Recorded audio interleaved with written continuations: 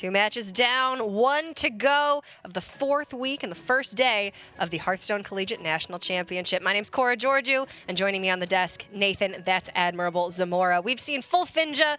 We've seen just a solid lineup that worked out really, really well. Is there anything that you're hoping we see with this next set?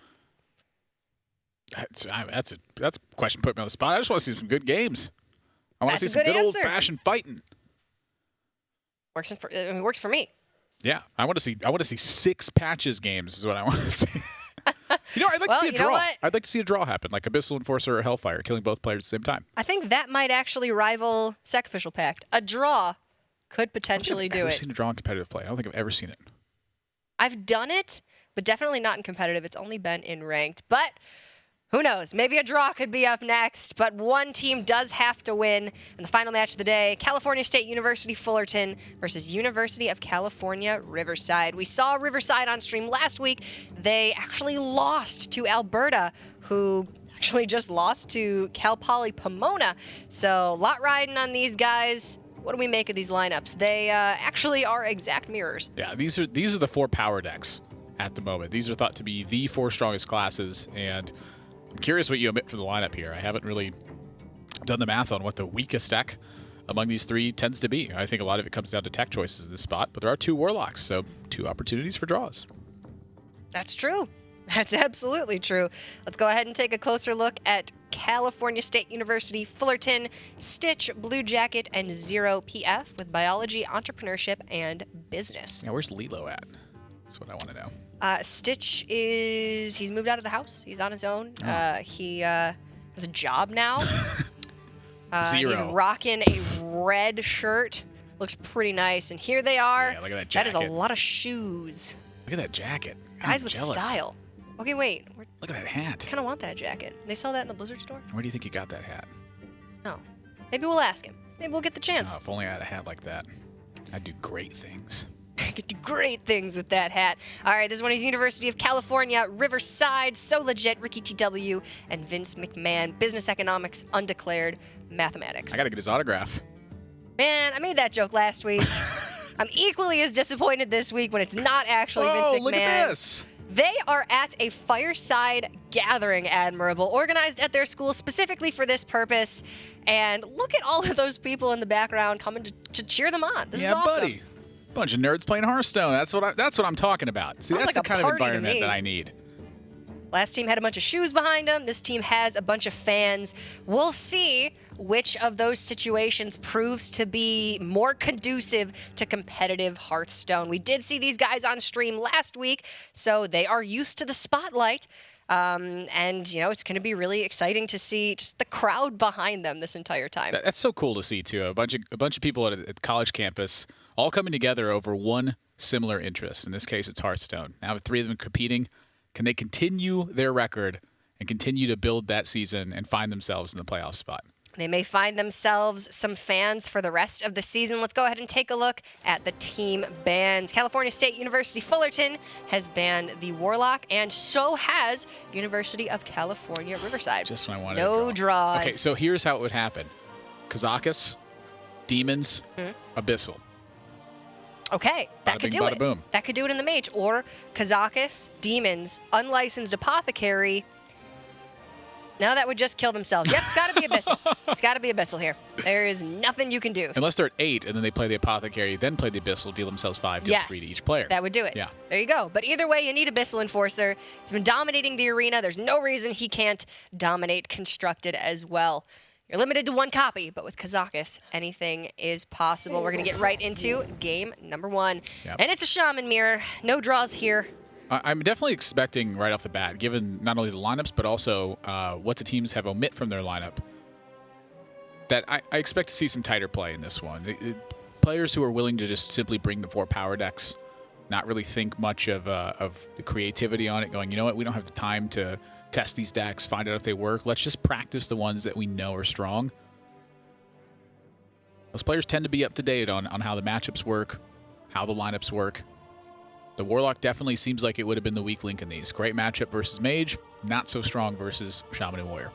Yep, can be quite tough to edge out in the early game. But you know what? These are college students first and foremost. So not as much time to learn the meta, to really practice as professional Hearthstone players would have. Regardless, Aggro Shaman Mirror is a lot more skill intensive than people make it up for. Yeah, a lot of times you think of Aggro Shaman, you just play a bunch of minions and attack base a lot. The problem with doing that is you need to be dictating how the trades are working. If you're simply just trading what's available, not really thinking about the sequence of your plays, it opens up your opponent to have opportunities to counterplay that. And oftentimes in this matchup, it's a big grind for the resources, and the player with the last threat wins the game. That last threat deals damage every turn, and if you match your opponent card for card afterwards, yours attacks face, theirs trades into yours. And that happens turn after turn, and you win. So every single turn, both of these teams are going to have to think about what the following turn from their opponent looks like and how they respond as a result.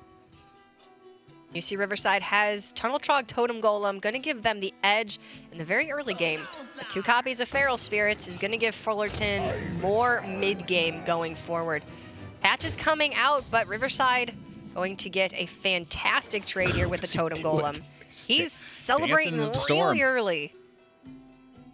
He doesn't have 30 people behind him cheering him on, so he needs to start the party himself. I'm guessing that speech is, and this is where they have Totem Golem, and our cards don't do anything. But at least we got patches on the board before he came into our hand. Second Maelstrom Portal picked up, so pretty interesting opening here. I'm curious if there's ever a situation where they maybe could have just foregone the small-time Buccaneer. Yeah, I was thinking about it myself. I mean, obviously, there's no guarantee that your opponent has Totem Golem on 2. But even Trog Maelstrom Portal would have been easy clear there. Yeah. Jade Claws. A lot of things would have been able to clean up the board position. And that's exactly what I'm referring to. Like Amnesiac over the weekend, when he was playing the Pirate Warrior Mirror, he was going first, and he opted to not play a minion. And you looked at it and you're like, wow, that is strange. But then 2 turns later, he'd use South Sea Deckhands to trade into Dread Corsairs. He had used Nazas First Mate to pick off all of the minions that his opponent was developing, and he came away, even going first, as the player with the last threat. It's a big deal. CSU Lightning Bolt's pretty good. Putting on a show. Yeah, that Lightning Bolt is fantastic here. You can put down the small-time Buccaneer with it, and that actually will get the patches out for Riverside, meaning that this Tunnel Trog goes face. Yeah, I'm curious if they want to trade in the patches or maybe just protect it and pick up the value trade with the Tunnel Trog. I mean, that's a possibility as well. And that's the thing. You see Riverside has to consider what does the difference looks like. Well, CSU Fullerton, they're overloaded for 1, so they can't Maelstrom Portal you next turn, but maybe they can Spirit Claw. You protect the Tunnel Trog and sacrifice the patches value, how much damage do you give up long term? It might actually be less that you give up because your Tunnel Trog is at 3 power. Yeah, this is going to be close. I think I personally would trade in the patches. You're not weak to Maelstrom on the following turn because Fullerton doesn't have the mana for it after the Feral Spirits. But looking to the future, I think I like this just a little bit better. Looks stronger to me. And that's a dead turn for CSU Fullerton. Do they want to sacrifice their small-time Buccaneer just to prevent some damage? Yeah, it prevents damage, and then if Riverside were to roll the Healing Totem, and have to trade in one of their 3/2s, then Double Portal would clean up an additional minion on the following turn. Yeah, it's just not great. The Double Portal is their out to this one. I mean, that is an immense amount of value they're going to get back. They're just going to take a lot of damage in the meantime. Flame Wreath drawn. It's not timely right now. No Healing Totem either, so CSU Fullerton's still in this one. The Double Maelstrom Portal is huge.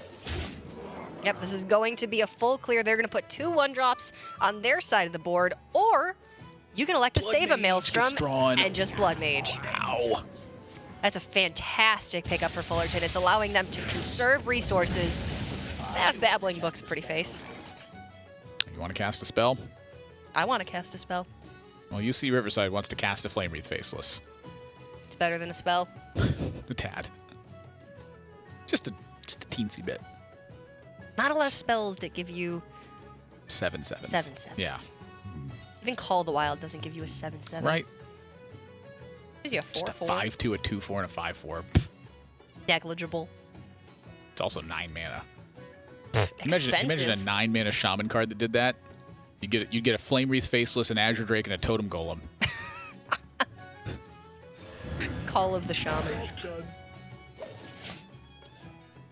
Well, Lava Burst lines up nicely here, but And what do they do after? This might be the phase where CSU Fullerton just considers using Totem a lot. I mean, that buys you a lot of value as the game goes along. It starts to threaten Flame Tongue Totem. Sometimes you get that extra spell power.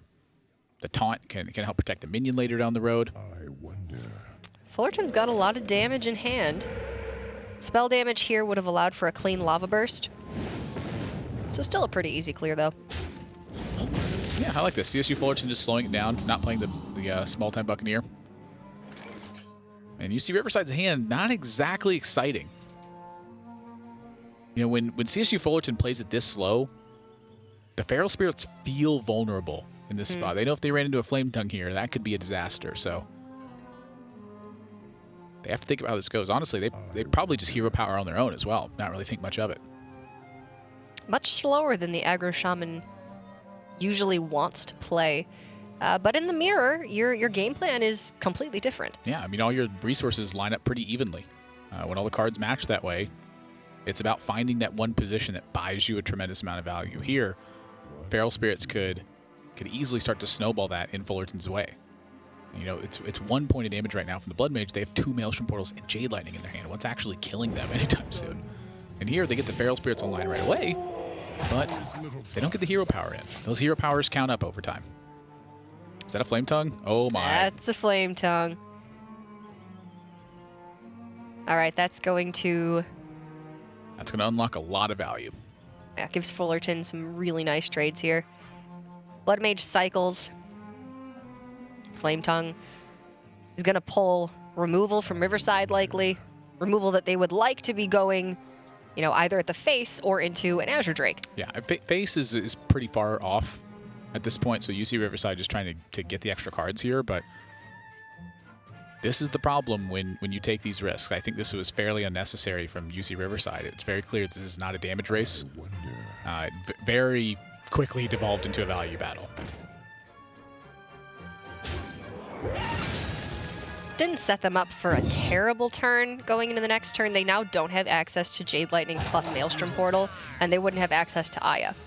So, yeah, I agree with you. I think the Feral Spirits maybe were just a bit unnecessary here. I don't think UC Riverside would have ever played that Flame Tongue Totem just by itself. It just, you know, would have pushed the damage, but again, it's very clear it's not a damage race. Yep. They would have played their own Feral Spirits, which then would have yielded Jade Lightning for you. Then maybe by that point you can put together a spell damage Maelstrom Portal, pick the board back up for yourself. Exactly. Well, they also have their own Maelstrom Portal, so if they Feral Spirits into the opposing Feral Spirits, one of the major punishes to that is the active player using Flame Tongue Totem, running over the Feral Spirits, keeping 2 4/1s around. That's a big play. But if you can turn that Feral Spirits plus Maelstrom Portal into a clear on your opponent's Feral Spirits and the rest of what they have in play, that's one of those ways to manipulate that scenario into your advantage. It's a very tough thing to do, and it requires experience, to be perfectly honest. First few times I played this matchup, I took very, very decisive losses. Kind of wish we had the telestrator from HCT to put a spotlight on the gentleman in the middle of CSU Fullerton right now. You know, either he's listening to some really great music, or he is just illustrating the possible plays with his entire body. Yeah, and this is an interesting play from UC Riverside here. It's very consistent with what they've done so far, which is try to take the board. But they give up the second Maelstrom Portal here. I mean, they had an outright 25% chance to hang onto a Maelstrom Portal with the hero power. And under the amount of pressure they're under, I don't think it came at that heavy of a cost. I mean, the damage adds up, but if your opponent continues to extend into the board, that's when your Maelstrom Portals can buy that extra value. Here, they're simply matching card for card. I wonder. They keep getting open to opportunities from CSU Fullerton. I'd love to see the Feral Spirits here. I mean, you can go full on board Tunnel Trog, Totem Golem, and Feral Spirits. You leave up Riverside's minions to potentially get some trades, but look at this board. It is just incredibly strong. They just saw they just saw double Maelstrom Portal, and UC Riverside's got 1 card left. That's the time, I think, to take those risks with Flame Tongue Totems and try to get that extra value, or against Flame Tongue Totems and get that extra value. Even if Flame Tongue Totem hit the board, that Tunnel Trog and that Totem Golem are threatening quite a bit. So even if the board gets isolated down, they get that final attack and pick up that Flame Tongue Totem, and suddenly you're ahead in value. Although, you know what? I can see this board swinging another several times. If Riverside finds a clear here, that's going to open it up to Fullerton in response, and, you know, just one good minion pickup from them could change the tides. It's going to be tough. Looks like you see Riverside is trying to manipulate this Divine Shield a little bit more. Divine Shield tends to be worth more than 1 health, and oftentimes it's worth more than 2 health. It just depends on the situation. So, trying to put it on one of the wolves. yeah, the order of their attacks is somewhat peculiar here, actually. There you go. Yep, it worked out. Yep, the Jade Lightning here, while trying to isolate one side of that Flame Tongue Totem as well, but they're just going to pick it up for free afterwards. Looks like a +1, but CSU Fullerton, Maelstrom Portal, now Spirit Claws. They can pick up spell damage. This could be big. That would be game-ending if they get it. And that's oh it. my. And this is the importance of rolling those totems turn after turn. They have been using that hero power very diligently, and here it shows up big. This is game over. Just going through the motions now. Maelstrom Portal, Spirit Claws, clear off this entire board while not sacrificing their own. Goldshire Footman's ready for action. It's actually not that bad here either. When the Totem Golem attacks into this Feral Spirit, Jade Claws isn't a pickup that kills that anymore. So really tough, really tough for UC Riverside to get back into this. Now that is one of the draws that can do it. They need to pick up cards that generate value. I mean, it pulls 3 damage, but you're going to want to save that for a more opportune moment. I don't know that Riverside's going to be able to find one is the thing. Yeah, that's about going to do it. Kill that Azure Drake. Flame Wreath. Go. Yeah, Spirit Claws, Goldshire Footman. Drop the Flame Wreath, hit face. For 6 from a 1-drop.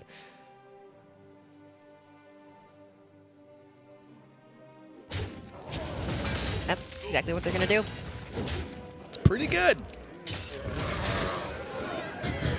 I mean, you said it yourself when we were just discussing how does this matchup work. It's the team with the last threat on board. And in this case, Fullerton has 3 of them. I love his enthusiasm. He is just jazzed about Hearthstone. See, it's not showboating because like UC Riverside doesn't see it. It's not like he's taunting them. That guy just loves the game. This is you great. know what? And UC Riverside has has a fan club behind them. So I think Fullerton is entitled to a little bit of enthusiasm. Hey. You know what? He's making some fans of his own. I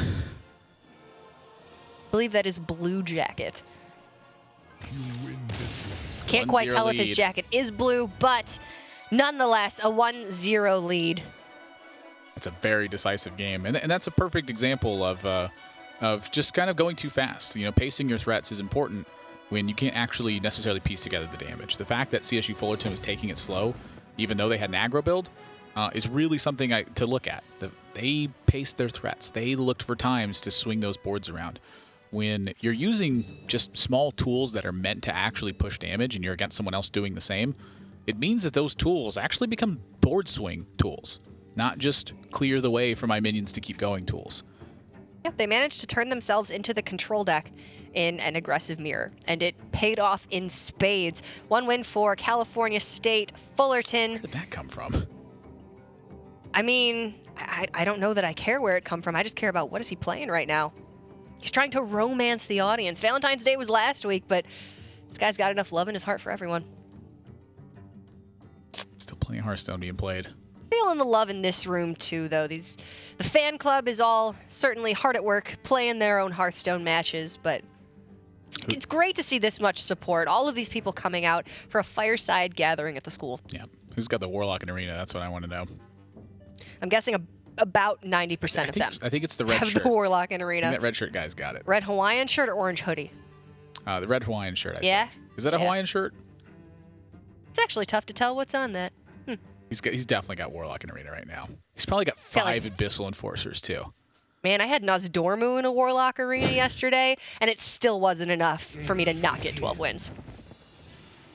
All right, that's a plot twist. That's not where I expected that to go. As we roll into the Reno Mage mirror match. In talking about playing the control deck, This is definitely one of those matchups. It's a battle for value the entire time. Now, there are some opportunities with certain hands where you can really attack board positions and put your opponent on the back foot. One of the major tools to do that is with Alex Straza. Alex Straza, if you can build a board pit state going into that turn, you oftentimes can play it and put your opponent in a position where they have to use Reno Jackson. That takes up a lot of their mana. The other side of it is forcing your opponent to Reno Jackson with simply board pressure of efficient minions, then following up with Alex Straza. Either way you cut it, that's typically a pretty key card to the matchup, but for the most part, it's just simply a battle for value. Who can get the most out of their cards? Yep, and if the resources in the early game line up pretty evenly, then you've got Brand Kazakis Manic Soulcaster. You've got Cabal Courier, which can get you some insane resources. At that point, Antonidas and the amount of fireballs you have can really just stretch out that value game enough for you to close it out.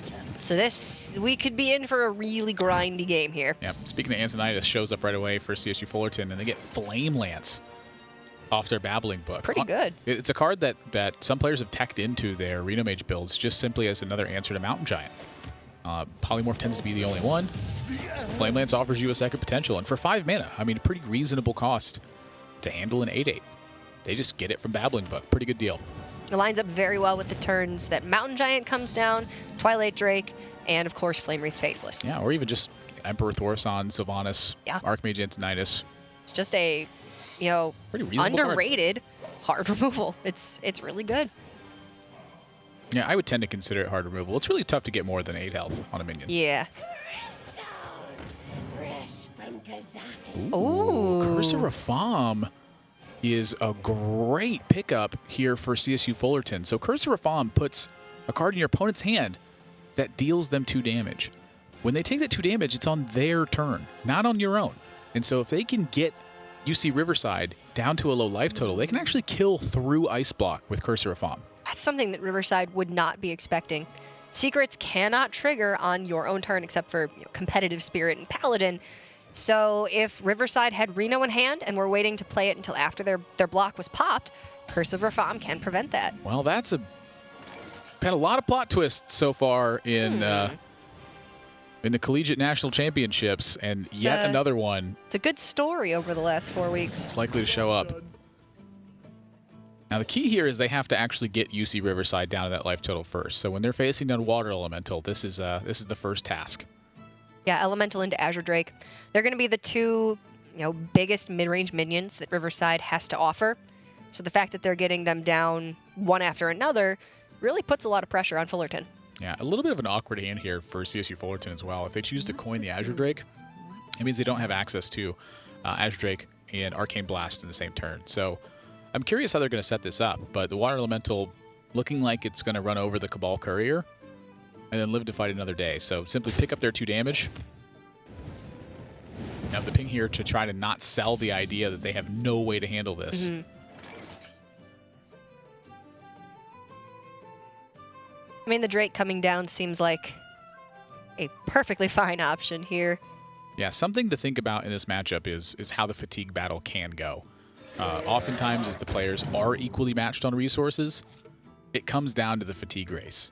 And when that's the case, drawing too many cards can be a liability in those instances. So that Azure Drake now may mean that Blood Mage doesn't get played later. It may mean that Arcane Intellect doesn't necessarily get played later. Yeah, I think you certainly run into more instances where Arcane Intellect becomes a dead card. Blood Mage you will usually need for the spell damage, and Azure Drake is just a powerful enough body to get played early on, but a dead Arcane Intellect can really clog up your hand later on. It's a big Arcane Blast. It's very tough to get value from that card in this matchup, but Azure Drake coin, Arcane Blast into an opposing Azure Drake is certainly a way to do it. All right, Inkmaster Salia coming into Riverside's hand. Really great when utilized with Flame Strike, Firelands Portal, Kazakis Potions, and even Pyroblast we've been seeing in a lot of the really heavy control Reno Mages. Yeah, just offers the burst potential alongside a Roaring Torch, discounted Fireball. That's access to 16 damage on one turn that you normally don't have. Gives them a chance against Reno Warlock. It's just a 5/5 body. Just a very flexible card once you hit the later stages. Ooh. Prophet Velen. Ball Courier making things interesting today. That discounted from Emperor. So say you discount Frostbolt and Fireball. Suddenly that's 18 damage that you get with those 3 cards. I think Prophet Velen's got to be the pick here. That offers some massive potential as the end game comes along. Man, I love situations where you're seeing unique cards that would never be played in other instances like find a cards. home in these matchups. Curse of Rafam, Prophet Velen. This is really sweet. Not to mention I picked up a golden Prophet Velen from the Heroic Brawl, so nice to see it come around. It's a free 1,600 dust. Yeah. I keep it. I like golden legendaries. Yeah, I keep them. I think I have like 60-something golden legendaries. Yeah, we actually talked about this earlier. Yeah. I have like 15. Velen was one that I forgot about, but my collection falling very short of yours. Fullerton going through the motions, clearing off this board, setting up their own ice block. Yeah, at this stage, it's starting to look like the key cards getting drawn may be a larger impact than it typically would be. CSU Fullerton, they've got Brand, so Kazakus is one of their best pickups. For UC Riverside, they've got Inkmaster Salia. I think they'd love to find, and the Prophet Velen, they'd love to find some card draw into a big Emperor Thorson. CSU Fullerton, they also have Emperor Thorson being a really big card here. I mean, they have Frost Nova, they got Volcanic Potion, they have Curse of Rafam, a lot of cheap spells that they can grab some extra fireballs off of. The Curse of Rafam probably going to stick in hand unless they can, couple that with just a big turn. Something else to consider is that if you don't want to kill through ice blocks, say you're just way in the lead, you can use it to maybe try to burn a key card from your opponent. They end a turn with 9 cards in hand, you put a 10th in there, that next draw gets burned. There is some utility to that. And UC Riverside, the fact that they need key draws, they're just contemplating playing a big minion right now.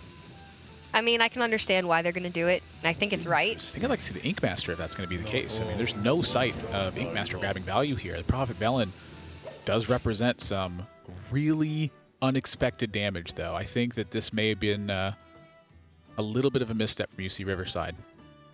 Prophet Velen's going to pull the same resource as the Inkmaster would, likely. So that potential's now gone.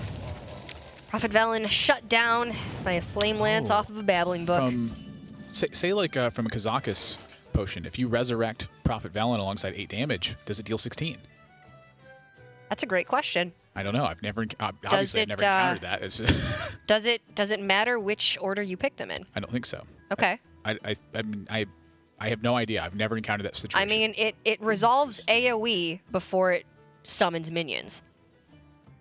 I don't know if it. I feel like it would. If it summons minions before it deals damage. I feel like the resolution happens kind of at the same time. That's a tough one. Hey, maybe we'll see it come into play.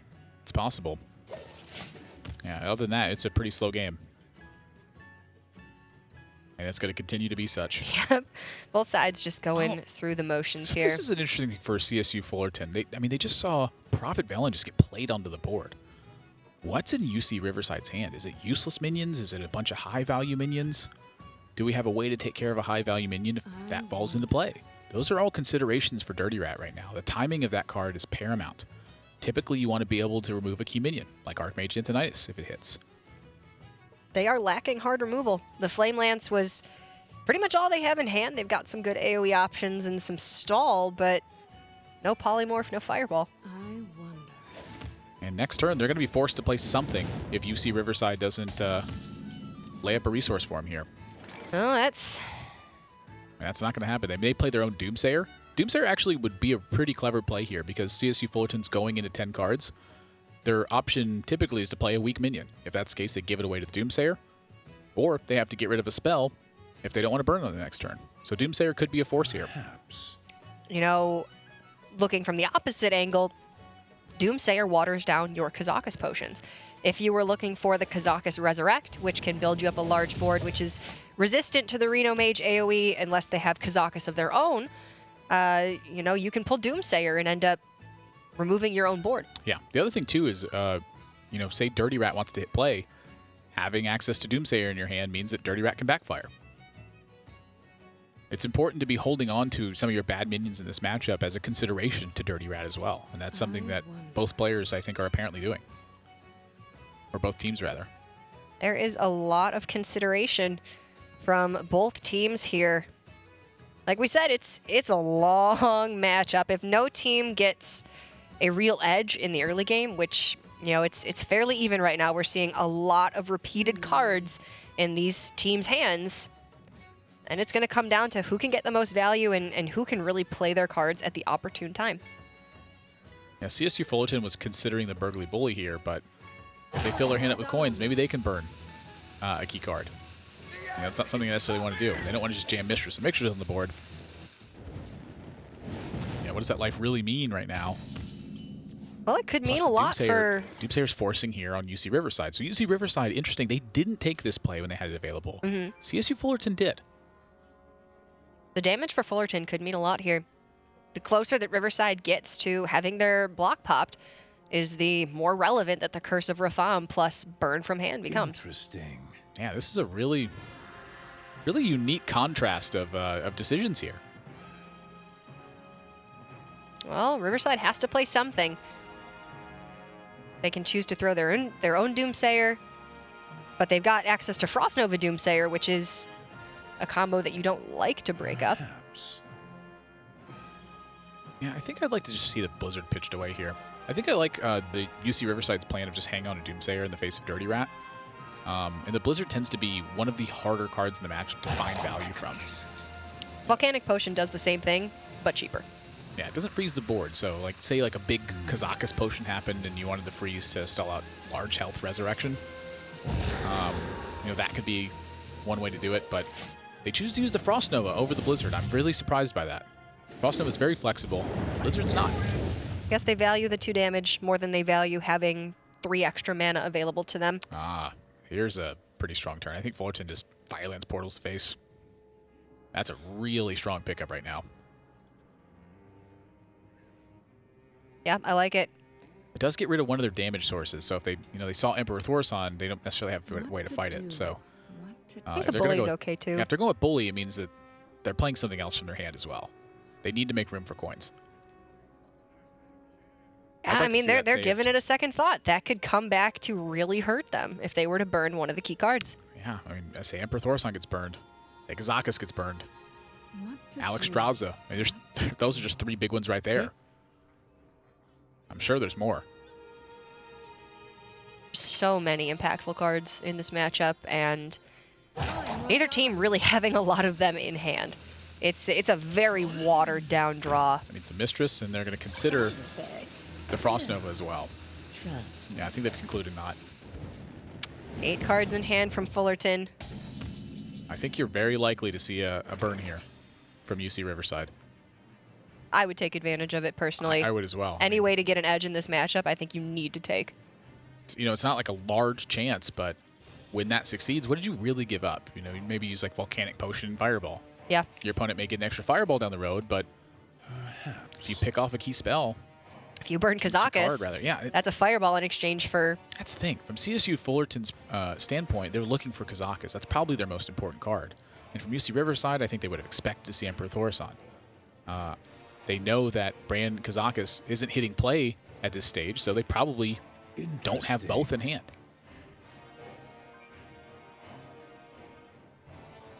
I mean, I like that they're taking their time.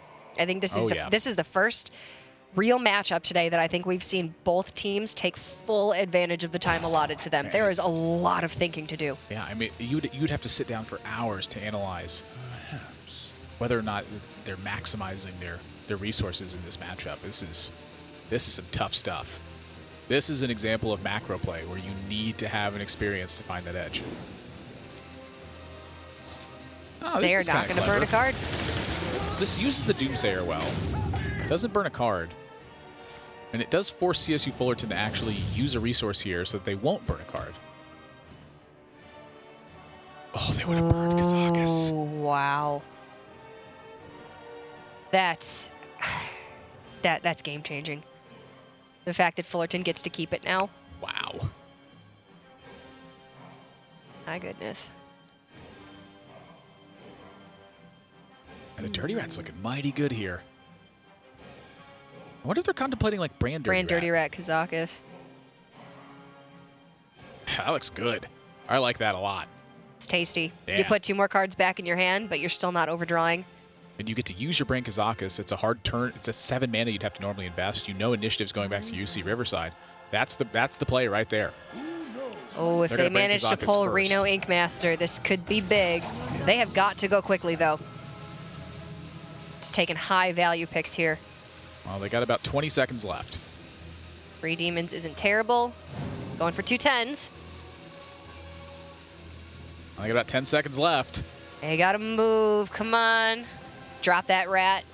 Yep. They get it. And the Wow. 2 least impactful pulls. Oh my goodness. Pretty much inconsequential in the grand scheme of things. Wow. So Riverside decided not to burn a card from Fullerton, which would have been the Kazakus, denying 2 potions, potentially punished by the Brand Dirty Rat, and they narrowly escape. That is some good. That is a series of plays. And CSU Fullerton, I imagine they're a bit confused by this. Why did the Doomsayer hit if they don't have a follow-up? So what is in UC Riverside's hand is the question from CSU Fullerton. At this point, they can really start to piece together this range. It's burn spells, it's AoE, it's situational cards. Yeah, not Kazakus. They would have used that already. Well, if they had Bran. Yes. Yeah. What to do? You might be able to put him on Reno even at this point. Yeah, I think so. I definitely think so. You know, there's not really that many situational cards in the deck that are just uncastable here for UC Riverside.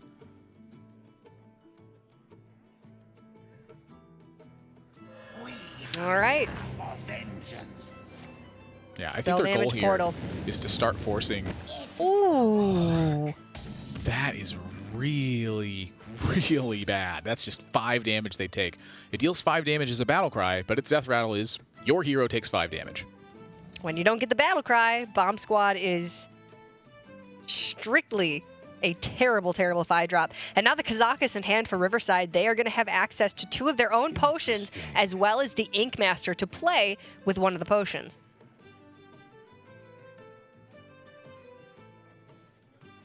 This is going to be a lot of back and forth here. If Riverside gets some good potions, Fullerton can counter with their own if they have some Right, defensive so options. Resurrect 3 minions and deal 9 damage is the second potion. 10 Okay. armor and something is the first one. I didn't quite catch what it was. Those aren't the best. You want to cast a spell? I want to cast a spell. If they didn't get a full polymorph, Interesting. They choose to use the Babbling Book here. And they could have waited for Brain Kazakus Babbling Book. they would have needed to free up a lot of space in hand, which would have been tough, but it might have been worth it. Deal 8 damage and gain 10 armor is the other potion. So we have deal 8, gain 10 armor, Okay. and resummon 3 minions and deal 8 damage. Okay, so there's no deal 6 damage to all, and there's no sheep everything. Which means that if UC Riverside is able to make I'm sorry, a it was large deal board 6 control to all potion. minions. It was deal Okay. 6 damage to all minions. So there is a deal 6 to all. Well, but still, if you can resummon 3 and do, plus 6 health. Yeah, their potions, I think, largely. I love this. This is a strong turn. I mean, you thought Bash was good. Well, Fullerton is never going to expect that they are going to die through block with Curse of Rafam. Or Riverside, excuse me. So if Fullerton can just put them down. That's a good point. UC Riverside may want to protect their ice block here, but if they use Reno Jackson prior to Alex Straza,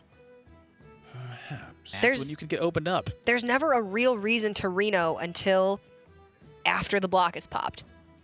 Unless you just don't want to get forced. I mean, that's, having that extra turn is really valuable. And also, it's just development here. I mean, it would delay their Brain Kazakus, but I mean, they got Ink Master in hand. They got a Brain Kazakus. This would be silly not if to. Riverside has board here, I don't see them playing Reno until after the block is popped. Yeah, I agree with you, too. I mean, it'd be really weird, I think, to play Reno Jackson here over Brain Kazakus. Number one, Brain Kazakus is more mana efficient. You get more information right away. From UC Riverside's perspective, they cannot die unless it's to, literally Curse of Rafam from Cabal Courier. It's the only card that actually kills them through Ice Block. They choose not to Brain Kazakus. That is weird. I don't... Huh. Okay, did they have 2 deal 8 damage potions? Yeah, their second one is deal 6 damage on minions and deal 8 damage. All right, so if Fullerton hero powers here with the Emperor Thars on discounts in the following turn, you can deal 8 and Curse of Rapham. That's right. That might have, actually, I guarantee that had a lot to do with their potion picks. Yeah. They wanted as much damage as possible. It probably also influenced the fact that they just jammed the potion on the previous turn. They went, you know what, we don't have anything to do anyway. Let's just deal 8 damage and gain 10 armor. I mean, maybe telegraphing a little bit to Riverside that they have something, but shy of an Eater of Secrets, you know, legitimately in your deck, man. Which would be a really weird card to use. That is just a terrible card. Yes, it's Now, really, really bad. I've talked about this throughout the broadcast, though. Bad cards do serve a very specific purpose. Their purpose is to be powerful in the right situation. And in the right situation, Eater of Secrets is game-winning. But in pretty much every other situation, it's just a 4-mana 2/4. It's just bad. Yeah. Unless you are really trying hard to target Reno Mage, you're not bringing that card. We did see Standardachi bring a main deck Curse of Rapham in his Reno Warlock deck in EU playoffs. You know, there's definitely potential for it there. And tournaments are the time to do that, when you can Target. often foresee your opponent playing a certain deck because they're forced to play multiple decks. Yeah, it makes more sense in a traditional ban format than a self-ban format. Riverside, if they don't heal here, they're dead through block. I'm really surprised they didn't brand Kazakus in the previous turn. If they'd gotten armor. Like you need to develop that at some point. And when your opponent's playing fairly dead to the board, that's the time to do it. You can pick up defensive options and anticipate what their potions might have been based on their previous play. They wouldn't have overdrawn. They're taking their time again. They're not going to be getting brand Kazakus this turn either, it looks like. No Reno? And they're dead. That's going to be it. Wow. Curse of Rapham from the Cabal Courier. What a steal for CSU Fullerton. That is just a free game. That's not supposed to happen in this matchup. I'm waiting to see some reactions. Riverside, you know what? Taking it in stride, because this is something that they just could not have avoided. I wouldn't have healed there. I don't think anybody in their right mind would have. It just would have been incorrect. In the face of Curse of Rapham, who knows what you're supposed to do? It's a pretty silly win. I'm not gonna lie about that. Like we haven't seen a bunch of silly wins these last few weeks. Normally we've seen it from cards that people have actually chose to put into their deck, though. It's not like Babbling Book and Polymorph or Cabal Courier into Curse of Rapham, cards that you don't choose to put in your deck. Those are random effects that can simply generate those scenarios. And this time, it hit. That's a very rare opportunity that once in a blue moon comes up. In this situation, just punished. But honestly, something to really look at for me was just their lack of development on the Brand Kazakus. If they had played Brand Kazakus in the previous turn, they likely could have forced action from CSU Fullerton on the following. And then when they see that action and their hand is just 2-cost potions, maybe they're both defensive potions, they go, you know what, let's just Reno, get some more pressure rolling, follow it with our potions afterwards, and see if we can close the game that way. I think that their hesitance to do anything really cost them some percentage in the long term. Yeah, it was very passive plays, and I think ultimately that might come down to an inexperience in the mirror. But we have another tweet to feature up on the stream. This one comes to us from @Dibface. How does Admirable keep his beard so finely groomed? Tell me your secrets.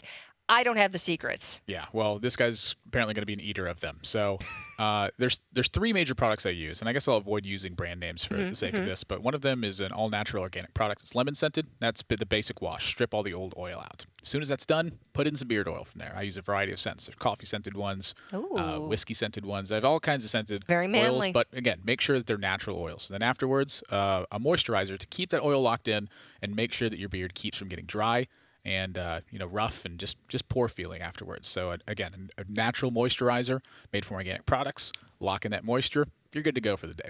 And you take better care of your beard than I do my hair. I shampoo and I condition, and then I use a lot of heat, and it's pretty bad. But certainly that is the reason why your board is as luscious as it is. And it is, of course, now 2 games for California State University Fullerton. They need to find a win with the Warrior. And UC Riverside at the risk of being shut out at their own fireside gathering. Yeah, I would anticipate that this is an aggro warrior deck, given what they've brought so far.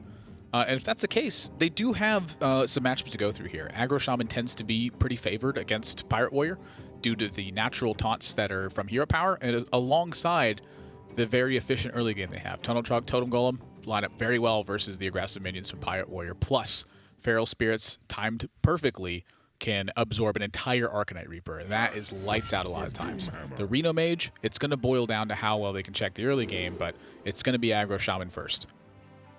Yeah, I think Riverside still has some reasonably good matchups here. They certainly have a chance to make a comeback, but they need to start it now. And a pretty reasonable draw from the Shaman, all things considered. Yeah, Small-Time Buccaneer and Fiery War Axe, really what CSU Fullerton's looking for. Try to fight off that Totem Golem, but you said it. That opening hand is gas. Yeah, I mean, you keep that Totem Golem and you got coin. Doesn't matter what the other three are, really. You could have... You could have a I banana guess you could peel, have patches in hand and it wouldn't really matter. picture of your grandma, and a bottle cap as your other three cards. You got coin Totem Golem. Man, where does your mind go? Bottle caps and bananas And pictures of your grandmother. Yeah. Okay, yeah. It's all that beard oil. And patches gets drawn for CSU Fullerton. Meanwhile, Riverside has a pirate with charge, a weapon to give it charge, a 2-mana 3/4, and a 4-mana 7/7. And coin. And taunt totem. You just know it's Taunt Totem. Oh, I know. And UC Riverside now knows that CSU Fullerton has patches in hand, and they do the opponent has patches dance. So we have patches. We're keeping a secret, but you know the answer.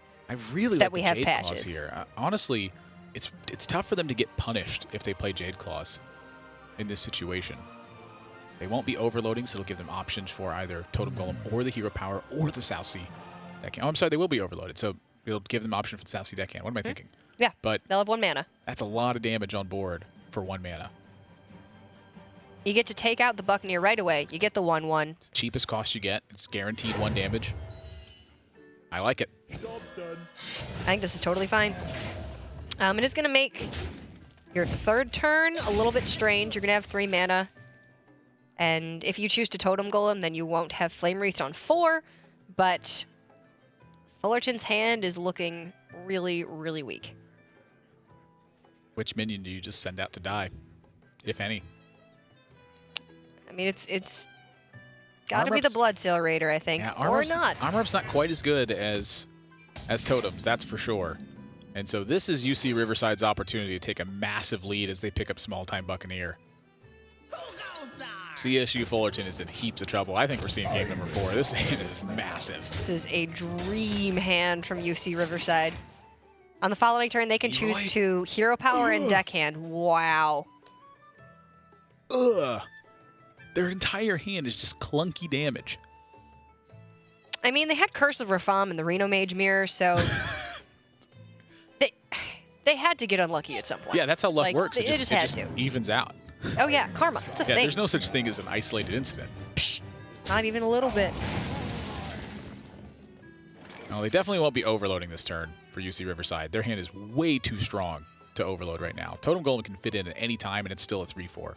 Right now, though, you get to weave in a Hero Power, start working towards that Stone Claw to protect your board. This is a great turn for UC Riverside. Doesn't look that great, but It's great. I promise you it is. Do you trade off the weapon? I probably wouldn't. You're rolling into Flame Wreath or into Jade Lightning on the following turn, so having the weapon just to buy you tempo later on, very much worth it. I mean, they're at 29 right now, and what's the South Sea deckhand really going to do? Oftentimes, that should be used as a removal effect because you're anticipating weapons from your opponent. And if Nisaf's first mate ends up picking that off, did that damage really matter that much? And the natural turn 4 for the Pirate Warriors Corcoran Elite, which just gets checked by a 1-drop. So does the Dread Corsair.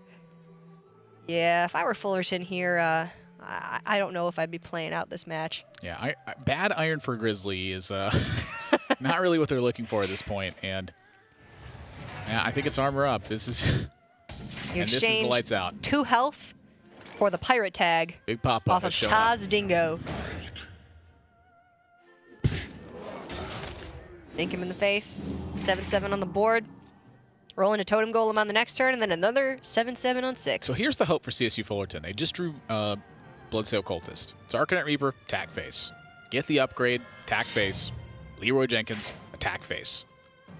If they trade here, I don't like that. They're dead. I think that's way too defensive, and I think that they're out to win right now is simply trying to race. They have a 3-turn lethal setup if UC Riverside doesn't get a taunt, And if they get a taunt, you have South Sea Deckhand to run into that. So, I mean, this is committing to trading into the Flame Wreath Faceless in the following turn. Now you're just accelerating your opponent's lethal that much further. yep. I like the attack here from the Jade Claws. Your opponent's turns have been so weak that at this point, every damage is going to matter.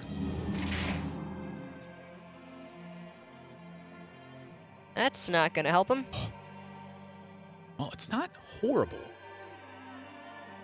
I don't know that They they needed can to live for attack it to be face last relevant. turn. Yeah.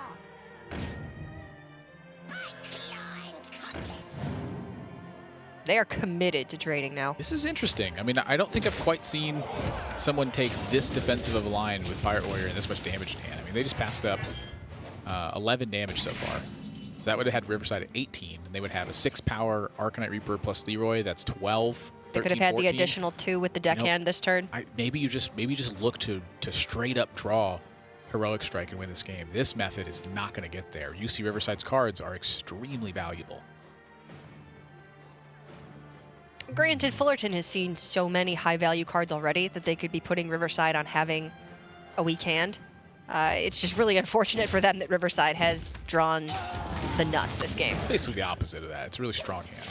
And oftentimes this hand would have been actually fairly slow, but CSU Fullerton's hand was just a very poor opener. Probably would have hit with the weapon there for Riverside, but it's negligible at this point. Yeah, they attacked the South Sea. Oh, you're correct. Okay, yeah. Yep. Okay, then they did attack with it. You're right, they set it up on the previous turn. Yeah, and now where does CSU Fullerton win this? I mean, they took so much extra damage. They may have had a potential to race this. The Dread Corsair absorbed 7 points of damage. That's a time to race, I think. So they could have had 11, 13, 19 with the Leroy. Gosh, another needed to 6 draw would have been Heroic Strike. 25. Yeah, it would have been really close. Heroic Strike would have been the kicker there, because I think if they go face UC Riverside, maybe takes a step back and starts rolling totems. Slows down their own game plan. Yeah. Well, I mean, they stick a Flame Wreath to the board, so they can slow down a little bit, but... And now they're going to kick it up a few notches, though. Too little, too late, unfortunately. This does still... No, it doesn't keep alive. Well, for turns, they've got 17. Yeah. That's going to be lethal for UC Riverside. Yeah. Finally Game number taking 4. a game in this series. Yeah, weak opening hand for CSU Fullerton, and UC Riverside just takes advantage of that and runs away with it. Flame Wreath Faceless, unchecked. Bada bing, bada boom. Yeah, great hand. Fullerton had a really weak one and had patches. Still, maybe could have figured out a way to win that match, but it would have been very, very tough. Cheers all around. We got a series. And you know more what? games now. Even more importantly, UC Riverside has that audience behind them. They have all the support in the world. And, I mean, motivation is really key in a lot of cases in a long series. So they got to keep their spirits up. What better way to keep your spirits up than to have a large audience behind you? Yeah, I mean, don't let your doubts get the better of you in any situation. It just doesn't make any sense to have that happen. You got to keep your head clear. You got to keep focus. Don't let your emotions dictate your decisions in the game. It's a logic-based game. You got to keep on top of the game. Now, when you're feeling it, you're feeling it. Yeah. I don't really encourage people to make weird plays just because they're feeling it, but I do that a lot, and I lose a lot when I do that. Sometimes your intuition is correct, and sometimes you dirty red out of Flame Wreath Faceless thinking your opponent's playing mid-range Shaman when it's not. So, regardless, California State University Fullerton needing to find a win with that aggressive Pirate Warrior, and UC Riverside hoping to shut them down with their own Warrior and the Reno Mage. Yep. Which one would you pick here? I don't think it matters too much. I think you got to win a game with both your decks anyway. The Warrior matchup is going to be fairly even. That Mage one, though, that's the big one to look forward to. Key early cards, Acidic Swamp Ooze, Volcanic Potion. Those are two of the big ones. And then, of course, Kazakus and Reno, probably the two most important cards after that. But over and over again, I've seen Pirate Warriors be able to build big board states and punish their opponents, even in the face of Reno Jackson. Yeah. Sometimes they have like 17 to 20 damage as a follow-up. Frothing Berserker, a very key card to making that happen. When you anticipate your opponent playing Reno Jackson, set Frothing Berserker up that turn. Whoa, that's an Alex Strauss' champion. Well, when you're playing Dragon Warrior, you have access to Fierce Monkey. You have Alex Strauss' champion for the early game. It's not a bad matchup. This is going to be interesting here because Sir Finley's, on the other hand, that's 2 upgrades now. That's heaps of damage, but that's a Buccaneer. Nice start.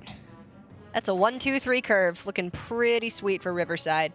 Fullerton, however, has a lot of damage they can rack up.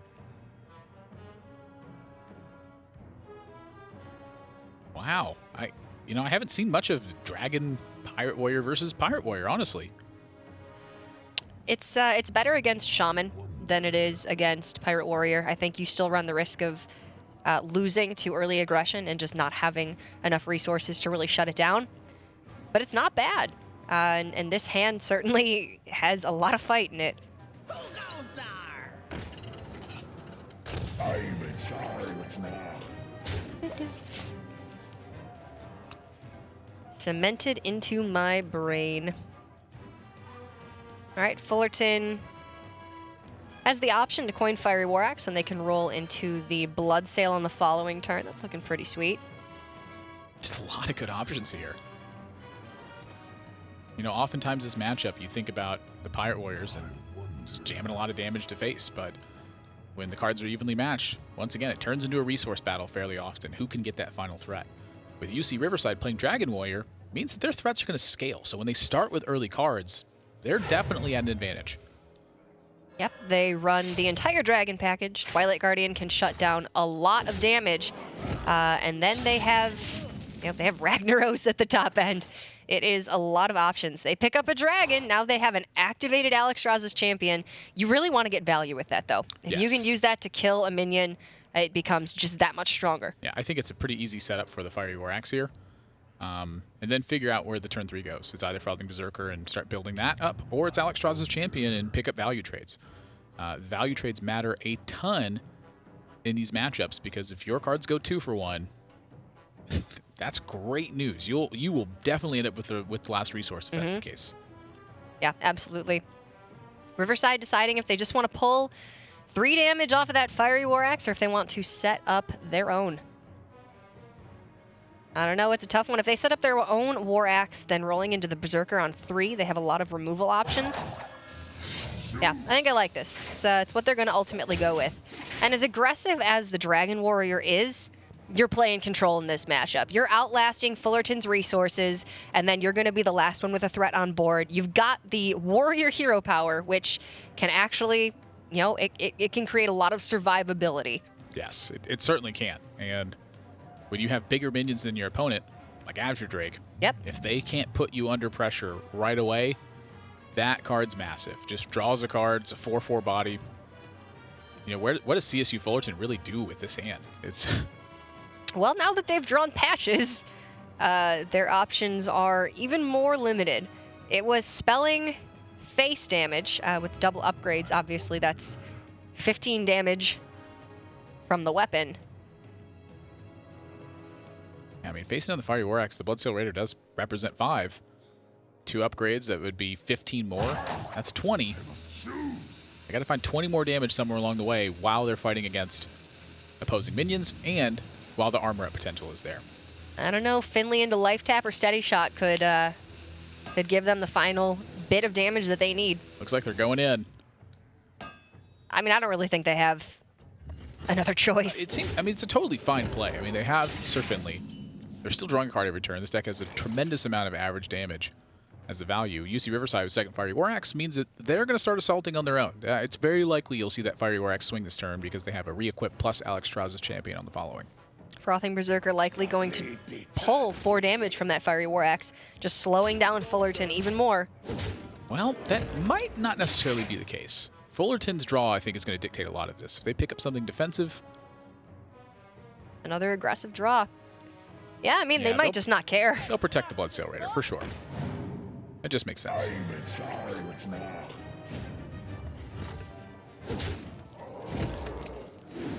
Yeah, representing 7, forced with the Fiery War Axe hit. Makes a lot of sense here. The Twilight Guardian for Riverside, that's a big draw. Well, here I think is a good opportunity for them to simply use the Alexstrasza's champion. I'd actually like to see them hold on to the Twilight Guardian. If they use the Alexstrasza's champion, they could simply armor up if they really wanted to. I mean, there's 2 cards left in Fullerton's hand, and you're at 25. You go to 27, don't spend your life on this 7-power minion. Oftentimes your life total is worth more than cards. Yep, and then Riverside can roll into the Drake. Several more dragons in deck. Usually you have fairy dragons even. Yeah. So it's likely that the Guardian will be activated by the time they want to play it. Yeah, and here's the only kicker to this, is that when CSU Fullerton sees the Alex Strauss as champion, that may encourage them to hold on to the weapon and try to kill another big minion. You know, their hand is very weak on the aggressive front, so where do they actually find that final push from if they can't race with minion pressure? So the armor up here makes a lot of sense, and for CSU Fullerton, I think holding onto this weapon makes a lot of sense. I like it. They're going to win inevitably with the long game. So you might as well go ahead and expend some resources, save yourself 7 health. Falling Berserker's great here, too. It's not checked by the Fiery Orax. Those are not the hero powers you want to see, though. Yeah, I'm curious if it's Shapeshift. I mean, Dagger Mastery doesn't really make a ton of sense if you have Shapeshift going. I mean, they're running out of resources, so their mana is going to be, you know, pretty much spent every single turn on low-cost cards. Shapeshift could buy them maybe like that extra turn they need to try to top deck the last burn spell, though. So Fire Blast can push past taunts. Shapeshift could potentially give you an extra turn. Dagger Mastery, you know, it can be upgraded by Bloodsail Cultist. It can help not occupy your mana. They're going to opt to be able to push past taunts. I think this is okay. And like you were saying, Shapeshift could potentially give you, you know, enough armor to give you another turn. But if you can choose to Fire Blast, you know, a 1-health minion instead of hitting it with your face, that could give you another turn as well. That's a good point. And they're actually not going to play the Frothing Berserker here, giving really heavy respect to Blackwing Corruptor. With good reason. Okay. Yeah. Honestly, that might just seal the deal anyway. I'm not even sure CSU Fullerton could beat Blackwing Corruptor. Yeah, Still got the 5/1 weapon, but I think I would like to see the Frothing there. I think Blackwing Corruptor is going to blow them out of the water most of the time anyway. So they would have gotten punished all the same, but you know, now where do they go? I mean, now you've got 2 cards that help you to build your board. You drop the Corsair and the Frothing, you can trade into the Corruptor, and maybe hope to connect a couple times with a big Frothing Berserker. Wonder if they do trade with the Corruptor. I mean, is there any merit to just letting the Corruptor hit into the Dread Corsair? And you can Fire Blast. Yeah, keep your weapon around. You know, maybe they attack the Twilight Drake afterwards and push the damage from Frothing Berserker. There's actually quite a bit of play for CSU Fullerton to think about here. I mean, granted, it's only really, you know, one decision that they're making to do so or not to do so, but it's what all those decisions mean and what they have to incorporate behind them that leads them down that path. It's not about simply making the right play, it's about finding the right reason. I mean, and then, you know, in another vein, maybe you hit face, hope to top deck Arcanite Reaper, and just pull them out going that way. Yeah, they're gonna take the defensive option. Well, Riverside has no immediate removal for the Frothing. Yeah, that is a problem. The Guardian and the War Axe clear off the Corsair. Puts the Frothing at 4. Yeah, so the Frothing would go to 5, 6, 7 on the turn after. It'd be a 7-1. There's no guarantee that your Guardian dies. I don't know. I think Riverside's still fine. Yeah, the Guardian will die to the Frothing Berserker. But they have a Fiery Orax down, so... Well, I mean, it's at 4 attack here, and you've got 1 from... Yeah, so the hero the power. Fire Blast, yeah. Yeah. The Twilight Guardian's done. I'm thinking the Frothing Berserker's trading over this. I mean, the Arcanite Reaper would be the dream pickup for Fullerton, but that's the reverse dream pickup. That's one of the weakest cards in their deck. Yep, Fire Blast, trade. Your Raider gets checked by the War Axe. You're lower on health, you're lower on resources. Yeah, I think the Frothing Berserker's got to get checked. If they don't kill that thing, they're going to die. Oh, mama. Okay. That's a good draw. You don't get to play it on the same turn as the Drake, though. Yeah. Yeah, I think the Drake is better. They've got to kill the Frothing Berserker, though. I mean, this is just... You put yourself to... You drop the Drake, you put yourself to 12. Then... Hero power? Imagine if you don't kill it. It's going to hit you for 7 anyway. No, you need to remove it. Yeah. That Frothing Berserker bought them a lot of value. I don't know. This is a tough one. What's more valuable, having your own frothing on board or having the Drake on board and access to one additional card in the following turn? I like the extra card. Also the mana utilization of it, too. I mean, what's the Small-Time Buccaneer doing here? I mean, maybe they throw it out as a sacrifice, hoping CSU Fullerton picks that up. That's possible. Frothing checks the Raider. Yeah, I think this is smart, too, though. I mean, if you just offer the Small-Time Buccaneer as a trade, maybe just get 2 extra health. All right, Fullerton needs some big draws. Not a bad one. Oh, I mean, it's forcing a trade from the Frothing Berserker. They just go face. Yeah, Fullerton's got 7 if they want it. If Riverside doesn't pick up a weapon, Frothing's got to go in. Still 2 N'Zoth's first mates in Riverside's deck. We've seen both Fiery War Axes. You know, I think I'd like to see them push with both as well. I mean, this would be 7 damage they're pushing. It's going to drop Riverside down to 7. They armor up, they go to 9. You draw Arcanite Reaper. You drop them to 4. They go up to 6. And then Arcanite Reaper plus Hero Power will kill them. I think they go full face. I think that's their win condition. Leroy would accomplish the same thing in the face of no taunts. That extra 2 damage means a lot right now for CSU Fullerton. If they choose to trade into this Small-Time Buccaneer, they may lose that opportunity. I mean, Fullerton really wants to force the trade from the Frothing into the Kor'kron. That's what the trade here is signaling. No, I don't like it. Now what draw actually wins them the game?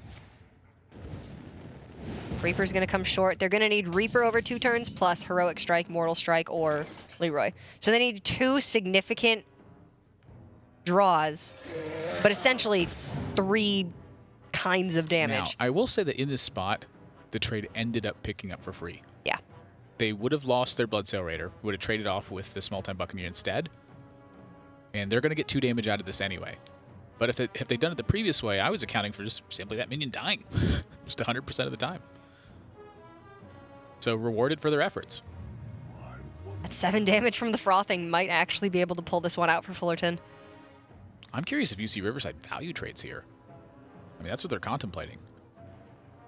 Do you think they have to get an edge? Well, if they value trade, it goes up to 7. Then they have 4 from the Azure Drake. So that's 15. You're putting yourself 11. at, yeah. Yeah, I mean, Kor'kron Elite would be then to... I mean, they get the N'Zoth's first mate on board, too. Oh, yeah, I think I like the value trade. That actually forces Fullerton to trade at that point. If you value trade, you go to 11. Leroy is lethal from your opponent. But I don't think they have, you know, the option to play into that, or to not play into that at this point. Well, they disagree. I don't mind this either. I mean, this was It's safer. This is my initial first instinct. I mean, it's looking like a 2-turn setup from here, where I think they could have had it at 2 turns last turn. So It's a weak draw. that draw actually, I think, takes CSU Fullerton out of the game. At this point, I don't think they have any cards in their deck they can draw to win. It needed to be Arcanite Reaper into Leroy or Mortal Strike or Heroic Strike. Yeah, Arcanite Reaper itself would have been enough, but Leroy Jenkins would not have been enough on alone. It would have been Leroy into 4 or the Arcanite Reaper.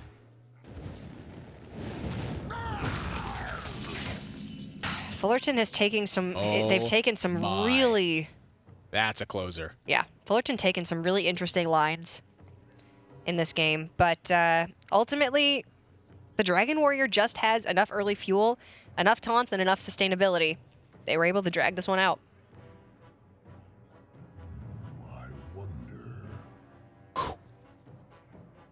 Going to Game 5, Admirable? I think so as well. I mean, I don't know how Fullerton's getting past the No. Twilight Guardian and The rare dealing double the draw. final damage. Yeah. The rare double Mortal Strike after your opponent puts you below 12. I mean, kudos to them. They're really thinking this one out. But after the Twilight Guardian and the Hero Power, there's nothing that Fullerton can draw that can win him this game. I mean, is UC Riverside really going to go for the Crusher here? Oh, that is so unnecessarily risky. I still don't think they can lose, but Crusher might have helped them close it out in 2 turns. I guess it might have been a consideration. I think the Drake just closes it out immediately. What string of draws? I mean, if they picked what cards they wanted from their deck and successive draws, Still wouldn't be enough. they still might not get there. If you had Reaper this turn, could go Reaper, blast the Guardian, 3 to face, Then Leroy in the following turn. I guess it maybe. Yeah, it would take him to 8, and then you would have 5, 6 plus, maybe draw Yeah. Leroy or something, or Heroic Strike. Could have. Yeah, it could have. Potentially. Wonder if in that case UC Riverside actually should trade it over the Buccaneer. Huh. I don't know if that, I don't really think it changes anything, but Well, now you can drop a 9-9 and a 4-3 with charge in the same turn. They've only got 12, so it's not lethal, but this is going to be game number 5. Riverside successfully coming back from 2-0 deficit, fighting their way back into the series. and the Pirates are struggling at this point. It's now 0-2 in the series for CSU Fullerton. This is touted as the most powerful deck in the format at the moment. In this series, though, yet to close a game. There's no Murlocs. That's the thing. There's no Finja. It's definitely a big part of it. And there's the cheers. The Riverside fan club coming through one more time. You can see these guys are getting the hope back. They are feeling the confidence. They're now tying up the series 2-2. We're going to game 5. This is match point for both teams. And I had my Pirate garb ready for that entire game. I mean, I thought they had it. It looked like they had opened well. Looked like everything was going their way, but not able to get it. So I guess we'll just have to Unfortunately, wait for another time you for it know, to be present.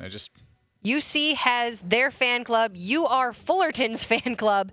And in this case, they're going to need it to be able to close out the game with the Pirates. Riverside on the Reno Mage. This is a heavily draw-dependent matchup. Yeah, this is the one where Fullerton is going to be free to simply just push damage about as recklessly as they can imagine. It's difficult to account for your opponent's cards when they just have a single copy of it. In that case, usually the best counterplay is to assume that they don't draw it.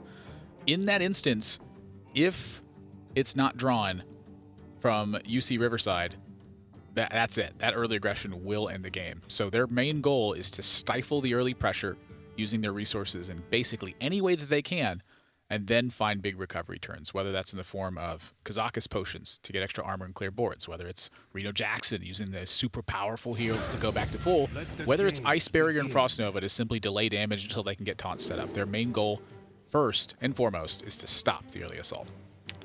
I don't know, Admirable. You might have to put back on your hook and send some good vibes Fullerton's way.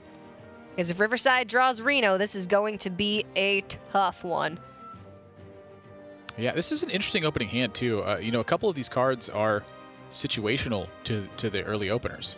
Second Rate Bruiser gets a discount when your opponent's got multiple minions on board. But if your opponent has multiple minions on board, I think it's likely that it's just a speed bump at that point. I've seen, over the course of the weekend for Americas and during the playoffs, I saw Teray just very aggressively use Dirty Rat. He was kind of just plopping it out there and saying, well, if you got it, you got it. And oftentimes those situations came when the player had Volcanic Potion in their opening hand. And they're actually going to pitch away the Refreshment Vendor as well. They find Water Elemental and they find Harrison Jones. That's a big tech card for this matchup. It's a slow hand overall, though. Riverside's going to need to get some decent draws in the early game. But, I mean, looking at Fullerton's hand, it's really weak as well. It's not exactly quick. I mean, Riverside might have the time that they need. It's a lot of long-term damage, but long-term damage is scary when your opponent can just play Reno Jackson. The other thing, too, is that Water Elemental has joined the party. If that gets online before Arcanite Reaper hits, that is a heap of trouble for CSU Fullerton. Well, Patches shooting out of his cannon in this game. No Patches in hand, certainly. Gives Fullerton a bit of a better shot, and the Fireball draw for Riverside isn't great. You can, coin it to kill a Frothing or a Corcoran, but you want that Water Elemental coming out as early as possible. Yeah, this is an interesting split decision here for UC Riverside, where if they're anticipating a weapon and a Bloodsail Cultist, where's that weapon coming from? If it's a Fiery War Axe, they can use Hero Power on South Sea. That can. Next turn, use Hero Power on Patches. If they see Fiery War Axe come down, they shut off the potential for Bloodsail Cultist. The other way, though, say it's Dazaw's first mate is the Pirate. Say that your opponent has Frothing Berserker instead of having Bloodsail Cultist as their 3-drop. If that's the case, you now don't have a direct answer to Frothing Berserker when it comes down. So they're going to choose to go with the ping. I think that's the most apparent threat because there's already Pirates on board, but the Frothing Berserker is drawn.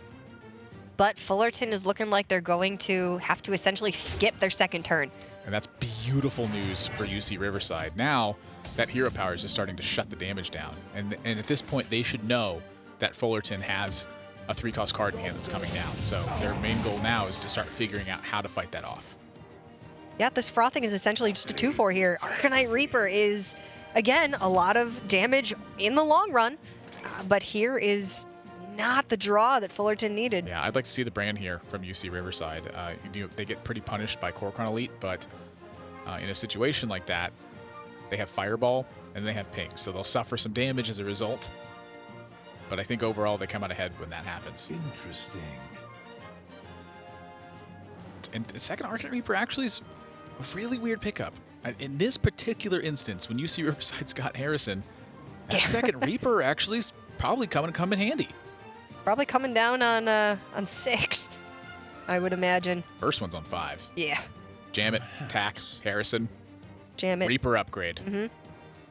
That's the sequence I don't know. UC Riverside That's pretty doesn't good. want. Yeah. Exactly. That could be Then- really weird. Follow that up with Leroy. I like the brand here though because it does put CSU Fullerton in a weird spot. Say they draw Nizal's first mate, they don't have Kor'kron Elite. The fear of Kazakus is very real when you play Brand Bronzebeard. I don't know if I'm in Riverside's position. Fullerton hasn't played the left 3 cards from their hand. It's likely that Kor'kron is one of them. Heroic Strike's going to do it Mortal too. Strike. I mean, there's a lot of ways to answer this, but even if that's the case, you still pull some damage. And now the Fireball hits. And they have Fireball into Harrison Jones, so from them, this is about as dreamy as the scenario can possibly get. At this stage, I imagine they believe CSU Fullerton has an Arcanite Reaper. But the second one, I think, actually could be the kicker. It slowed down their initial few turns, but might give them the reach that they need in the late game. It's a lot of damage. UC Riverside's going to drop to 20. They're going to play Harrison Jones. Then they're going to drop to 14, and there's Leroy in CSU Fullerton's hand.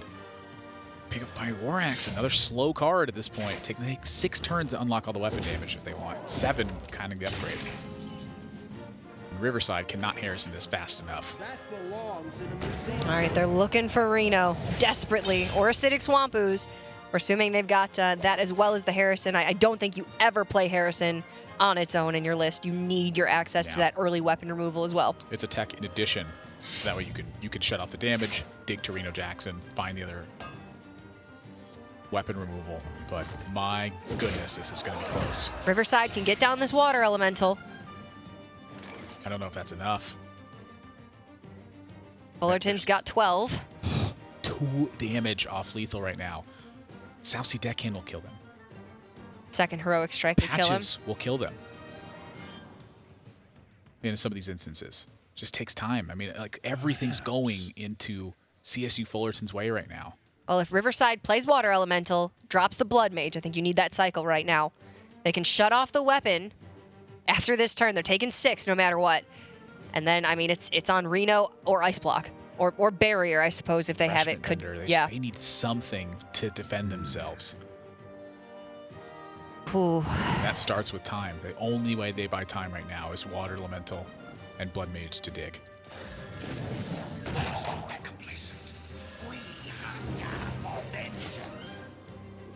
Blue Jacket hugging his rainbow alpaca, looking for that Heroic Strike. N'Zoth's first mate is not a playable card. Well, now things just got interesting. So they connect with 6 for Arcanite Reaper. I'll drop them down to 8. They have, going into 8 mana, Leroy Jenkins and South Sea Captain.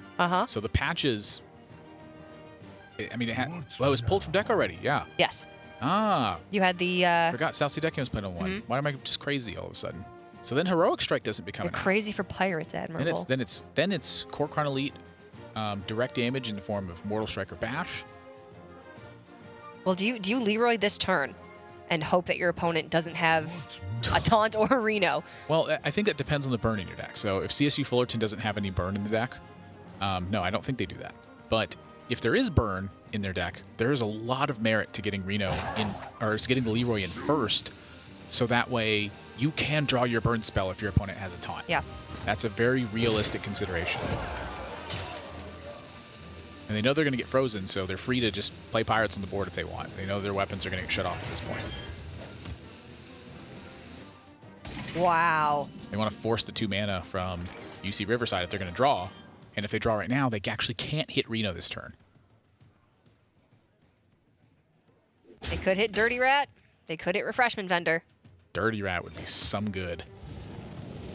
Be a 33% chance. Ooh, okay then. One more turn. If CSU Fullerton does not draw 2 damage on the following turn, UC Riverside is going to heal to full and take this set. It is 1 deckhand. It is 1 Heroic Strike. Heroic Strike shut off. Oh my goodness, you're right. It's frozen. It's 1 deckhand. It's 2 Kor'kron Elites. If they have Mortal Strike or Bash, that's it. I've seen Argent Horse Rider teched into this build over the weekend as well. Okay, wait. Where are you seeing the Kor'kron Elite?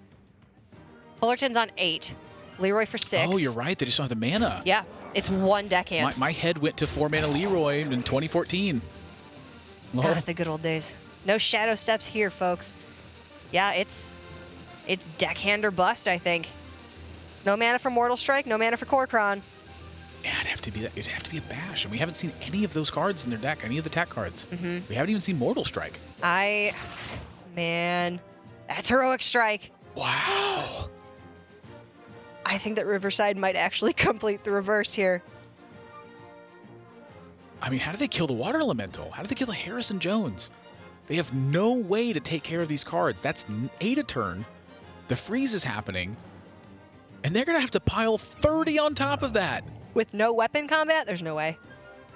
There's no chance. I think my favorite draw this turn would have been Ragnaros.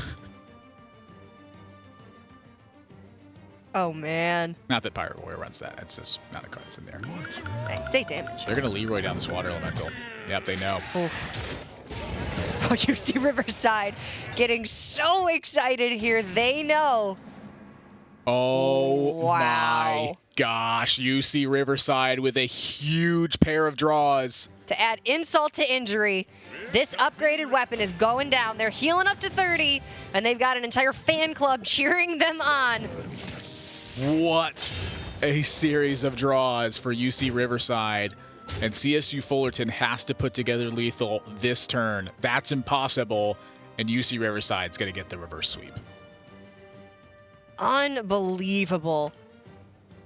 This was an incredibly impressive series from Riverside. If you think about it the turn previous, there was merit to Leroy immediately. So that way they could draw Kor'kron Elite. Yep. Yeah. That would have opened up 2 more cards for them there. And a 3-2 victory for UC Riverside, completing the reverse sweep at their own Tavern Hero. What an incredible series. That is just, wow. I mean, that's the tech really coming into effect there. Think about it. That Harrison Jones drew an extra card. That found Reno in time, found Acidic Swamp Ooze to completely shut everything out. I don't think they needed the Ooze, but they definitely needed that Reno.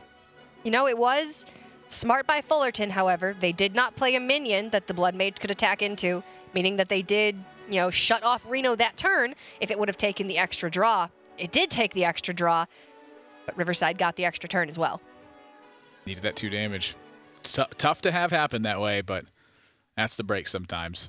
Man, that was just heartbreaking for Fullerton, but UC Riverside has taken this series, and we have them on Skype ready for an interview. Congratulations, guys. What an incredible series. Hey, how's it going, guys? Thank you. So, I mean, first of all, you completed the reverse sweep. How does that feel when you've got all of these people behind you cheering you on? Well, it was Pirate War, so we knew it was going to happen. Yeah. I don't know. I understand why people play that deck. It just never wins. That's why we took dragons. It's just better. I mean, I like the dragons. Admirable likes the pirates. Well, I like patches. All right, fair enough. He likes Fair enough. patches. But tell us a little bit about how you guys formed your team. So anyways, here at UC Riverside, there's actually a club here, Highlander Gaming, and that's pretty much where we all met here. And we've been here for a while, me and AJ here. we pretty much went to like most of the fireside gatherings here, and Ricky Man. came along freshman year, and we pretty much just formed a team together. Yeah. We had tryouts and that's it. Yeah, we just ended up being the Hearthstone players here that played the most Hearthstone, I guess. Yeah, so I want to talk about your tech choice of Harrison Jones in the Reno Mage, because that came in huge in this match. Did you have any other specific tech choices that could have really influenced some of these outcomes as well? Well, actually, in our Reno Mage deck, we actually run very little card draw because it's teched against the mirror, and for aggro, it has Harrison Jones for card draw. Because we think that the other matchups doesn't need stuff like Arcane Intellect, Loot Hoarder, stuff like that. Yeah, we also have Flame Lance to take against aggro shamans for the 7/7s. Yep. That's really impressive, actually. We were just saying in the Reno Mage Mirror how Arcane Intellect can become a dead draw very easily, and a lot of times you don't need it. So tell us just a little bit more about this Highlander Gaming. It has to be fantastic to have an entire gaming organization at your school. Yeah, it's pretty sick. Like, everybody likes to play Overwatch, and everybody likes to play Hearthstone and it's strictly League. not Hearthstone. It's just like, we all come together in this organization, and, just get together and stuff like that. Yeah. All right, well, fantastic job, guys. Is there anything else that you want to say? Highlander Shout out Pride. to Reno. Thanks for coming in clutch, buddy. Shout out to Leroy into Water Elemental. Well played. All right, well, shout out to the guy in the back doing the YMCA. Congratulations, guys. Really fantastic job. Best of luck moving forward in this tournament. Thank you. Big Thank you. fans. Big fans. Cora, admirable. Woo! Admirable, we have fans. He said fans, but he was the only one who said it. So it's big fan. Just one true. big fan. Maybe he's not speaking for Like the a big others. industrial fan that's just, Keeping you cool in the summer. yeah, exactly. But you know what? That fan does work. All you need is one fan. That's We've it. got him. We That's nailed it. him. We got the fan. And you know what? Squad goals. They've made a fan out of me. Really. I think they are an incredible comeback story, and to have all those people behind you cheering you on, your entire, your own gaming organization at your school, it's got to be an awesome place to be. Yeah, it helps. It helps when you got friends to help you out too. I mean, he mentioned a shout out to Leroy Jenkins, Reno I'm so- Jackson, and to Water Reno Elemental. Jackson. Reno Jackson, he's never late. Always shows up Mm-hmm. precisely when he means. Makes you some money, gains you some health back. Here he's a pretty sweet guy. Good stuff. Let's go ahead and look at a recap of the day. First off, Texas 3-2 over Georgia. Then we saw Cal Poly Pomona 3-2 over Alberta. And then another 3-2 series. We had 3 of those today. UC Riverside at their own Tavern Hero just took out CSU Fullerton. Again, 3-2. This one, however, was a reverse sweep. But that's not going to be it for this week. We are going to be back tomorrow with the East and North regions. First off, it's going to be Johns Hopkins taking on Drexel. After that, Michigan State versus Illinois, who actually won the Tespa training grounds last season, so that's going to be an interesting match to watch. And then finishing out tomorrow will be UOIT taking on Colorado State. It's been some fantastic matches today, really. 4 Finja decks, a reverse sweep, 3 really close sets. Can't really ask for much more. And that's exactly what I'm saying too. And the Hearthstone Collegiate National Championships have just continued to deliver week after week. We've seen some of the craziest games that I have ever seen take place in this tournament, and it's just fantastic to watch as these guys battle for scholarships and glory.